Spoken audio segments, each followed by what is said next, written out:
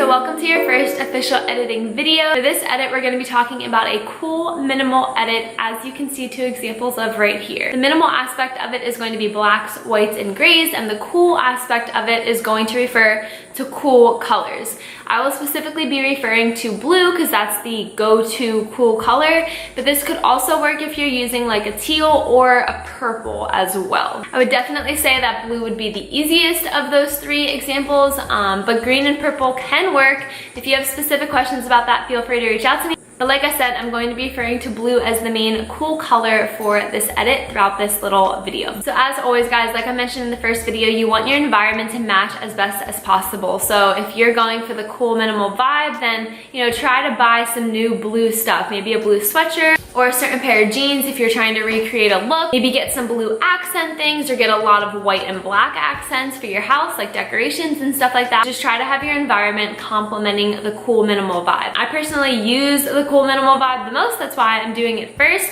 And as you can see, just looking behind me and even what I have on right now, I have a white and black t-shirt. I got this for that reason. Black glasses. I have a black speaker. I have a white and black painting up there. I have a little black thing over there. I have a white Himalayan salt thing. I have a white and black painting there. The chair is black with a white blanket. So my environment complements it. It makes it really easy to take photos. If I have a blueberry smoothie bowl and I stick it over in this area, it's just really, really easy to turn into a cool minimal vibe photo / edit. So a couple things you want to keep in mind for this edit is that you don't want a ton of warm colors in the photo. I don't want to be taking a picture in front of a warm mural, aka like yellows, reds, oranges, etc. if I'm going for that cool minimal edit, because you can't pull blues and greens and purples out of orange and yellow and red. I mean, sometimes you kind of sort of can, but like it would just look not good. So definitely go for cool colors. As you can see, my Instagram is a very cool minimal vibe. If I were to go take a picture in the woods,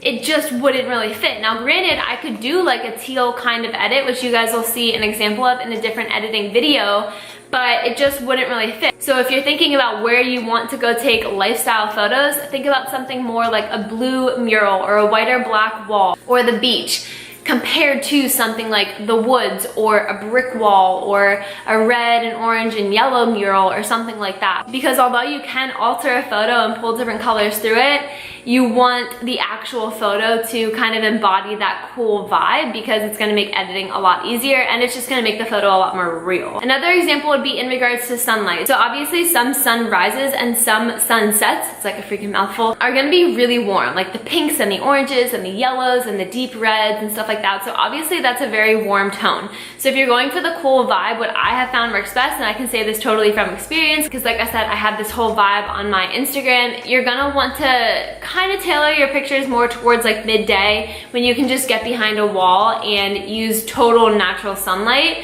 and not have all those oranges and yellows. Because if you have an orange tint on your body or whatever it is that you're taking a picture of, you can't really pull blue from that and you can't totally get rid of it either. So definitely if you're going for the cool minimal vibe, I would stick more to doing midday photos so that you get that brightness and you can really pull the whites through and darken the blacks and pull the cool colors through, compared to something like an orange sunrise or a bright pink sunset or something of that sort. Another thing to keep in mind, which I will mention throughout all these editing videos, is what you're actually wearing. So if you're going for that cool minimal vibe with the blues, the whites, and the blacks, you obviously don't really want to be wearing like yellows or oranges or reds, or honestly even like green or purple, depending on what you want. If you don't want other colors in it, then obviously don't wear green or purple either, even though you could kind of turn that into blue. Definitely put thought into what you actually wear. If you're standing against a white wall, unless you're going for the white on white kind of photo, try to wear something black so that you stick out, or try to wear something blue and black so that you stick out, like,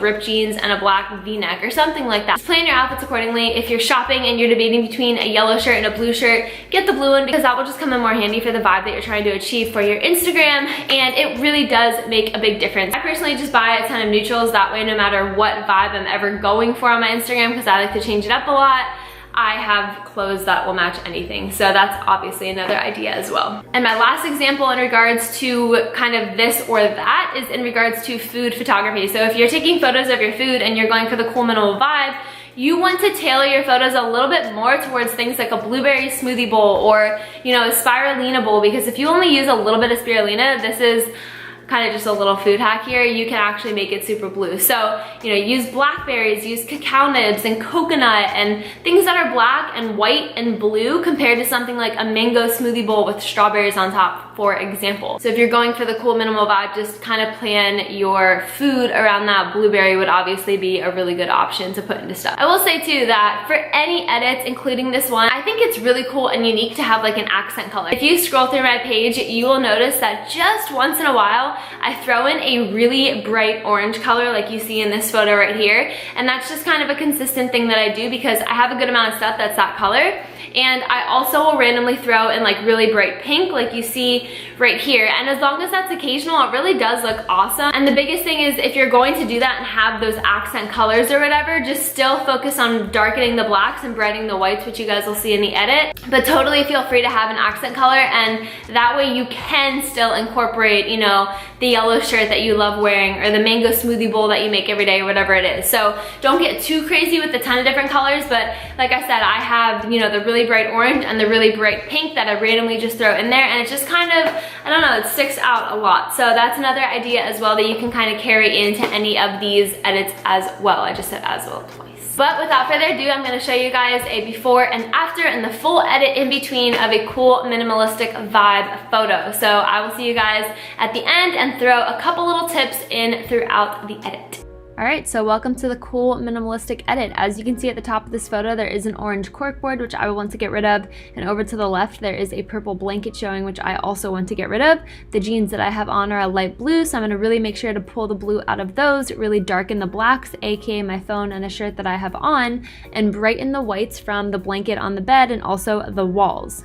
And in a matter of 3 minutes, we can go from what you just saw to what that looked like right there. So just to start it off here, I usually immediately go to the light tab and I mess with the exposure. I typically like my photos a little bit brighter. If you like yours darker, you could decrease the exposure. When you're trying to darken blacks and brighten whites, you want to increase the contrast, so I do that. I usually mess around with the shadows, and if I want the blacks darker, I'll decrease them. If my hair's in it, I'll usually increase the shadows, and then you see me brightening the whites there and just darkening the blacks a little bit. Next, I go over to color, and especially because it's the cool vibe, I decrease the temperature to make the whole photo a little bit more cool. And then you will see me click on the mix tab in the top right corner right there. And this is where I just mess with colors and kind of pull some different colors through. So the orange, I'm completely ignoring the corkboard here and just focusing on my skin. I usually decrease the brightness of it a little bit just to make my skin look a little bit more tan and increase the saturation just a little bit.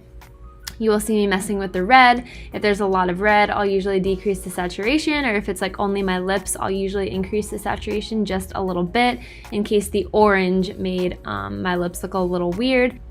And here I'm just messing with the yellows. I usually make the yellow a little bit more orange because I don't really prefer to have a yellow tint in my photo. If you like yellow, then of course you could keep that up. Now I'm moving on to the blues, and this is where I'm really gonna pull the blue out of my pants and pull some blue through the photo as well. So I like the more tealy blue, so that's why I'm decreasing the hue into more of a teal color, increase the saturation to really pull the blues out, and then I like the white blue look, so I increase the luminance, which will increase the brightness of it, and then I'm checking to see if the other blue is in the photo.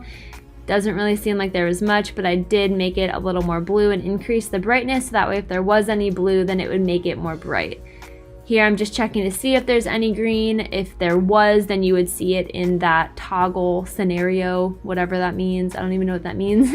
I'm checking to see if there's any pink or purple and getting rid of the purple blanket in the background. So just by doing that, I was able to turn that purple blanket into blue, and now there is no purple left. So moving on to pink for no reason. There's obviously no pink in this photo, Lauren. And then I just hit done, move over to the effects. So I always bump up the clarity a little just to make the whole picture a lot more sharp, bring out the whites, darken the blacks, really increase the color. I personally usually dehaze the photo a little bit as well, so just really make everything vibrant. That is completely up to you, but I personally like to do that. And then I move over to detail and really bump up the sharpness. I'm all about a sharp photo. It'll make it look higher quality, and this is a really good app to do it on, so that's where I go for that. Then I go back over to color and mess with any color changes necessary based on the individual color changes that I made. Then I hit selective, hit the little cross in the top left corner, hit the individual brush, and then I'm gonna get rid of that corkboard. So I'm just gonna color with my finger over top of the area that I wanna change, and in this case, I obviously wanna get rid of the color and make that a cooler color or no color at all, and do that by brightening it if possible. So I colored in my section. Now I'm increasing the exposure to brighten the area and decreasing the saturation to get rid of the orange, and then I'm also going to decrease the temperature in a second. There we go. And that will just cool it down so that if any color does come through, it's at least a cool color that comes through rather than a warm color. I don't usually get into the details near my body and stuff like that unless I notice a spot that needed to actually be painted over. So I just noticed some yellow orange tint near my head on the wall and it stuck out to me. So I just zoomed in and just brushed over that area as well. And then when you zoom out, it's all white, like the whole wall. So yeah, then I just kind of will mess with that for a minute or two here and just see, you know, how I can pull any blue through, if I want to pull any blue through, if I want it brighter, if I want it a little bit darker. So you guys will just see me mess with it for a minute here.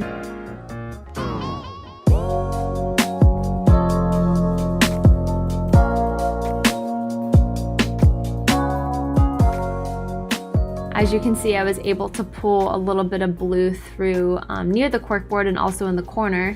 So that's gonna also give off some of that cool vibe as well in a different area of the photo that didn't originally have it there.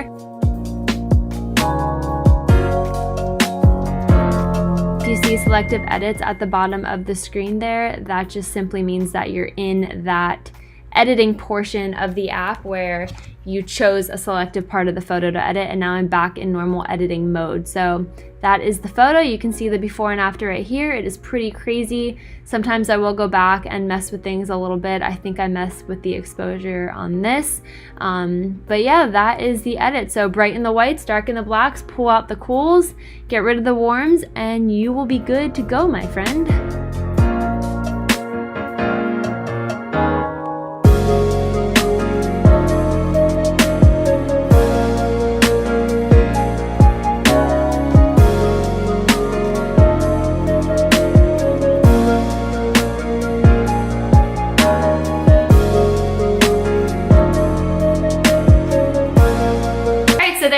The cool minimalistic vibe edit. As always, if you guys have any questions, feel free to reach out to me. But just a little recap, focus on having a lot of white and black accents in your environment, on your body, or for your food, or whatever it is, or in the external environment, like the wall that you're taking a photo in front of, the street that you're standing on, things like that. Focus on having blues in the environment, whether that's a blue wall, the ocean, the blue sky, a blueberry smoothie bowl, a blue shirt, blue jeans, whatever it is, just have some type of blue in the photo. 9 times out of 10, you will be able to pull some blue through a photo. And if you scroll through my Instagram, you will see that there are some photos where I don't actually have any blue on or in my environment, but there's still a highlight of blue in it. And the way you can do that is just by going to the luminance, which you saw in the video, and then just kind of toggling with it. And if you see something changing, then you know there's blue in the photo, and then you can just increase the saturation, which might have sounded a little confusing, but just go back to the, a couple minutes ago where the editing was, and you can figure out exactly what I just said. So all in all, gravitate to the whites, the blacks, the blues, stay away from the oranges, the yellows, and the reds. Build your environment, build your wardrobe, plan outside pictures accordingly, plan your food accordingly, and I will see you guys in editing video number 2, which is all about the rustic vibe.